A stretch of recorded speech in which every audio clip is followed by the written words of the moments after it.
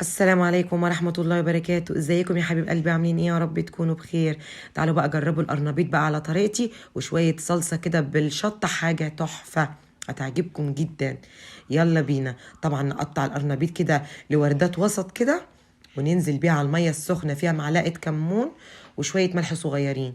طبعا تقلبي وقت للتاني فيها، واوعي تسيبيه يتهري منك. اول ما تخرجيه من الميه السخنه تحت الحنفيه على طول، عشان ايه؟ يبرد وما يكملش سوا.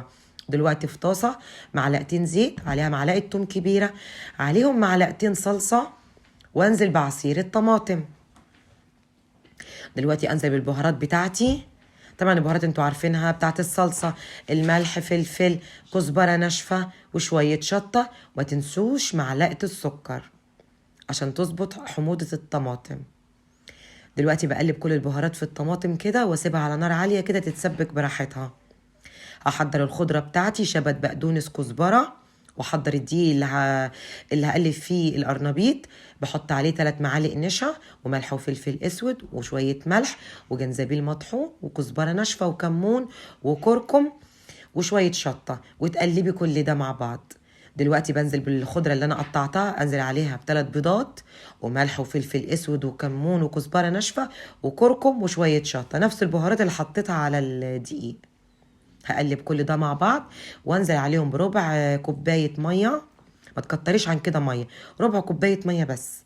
هقلب كل الخليط ده مع بعض، يبقى جاهز. دلوقتي انزل بالقرنبيط عليه. قلبت الخليط كده كويس جدا مع بعض. دلوقتي هرجع للصلصه تاني. اتسبكت اهي معايا، بقت زي الفل. هنزل عليها بربع كوبايه ميه، واسيبها تاخد غلوتين واطفيها.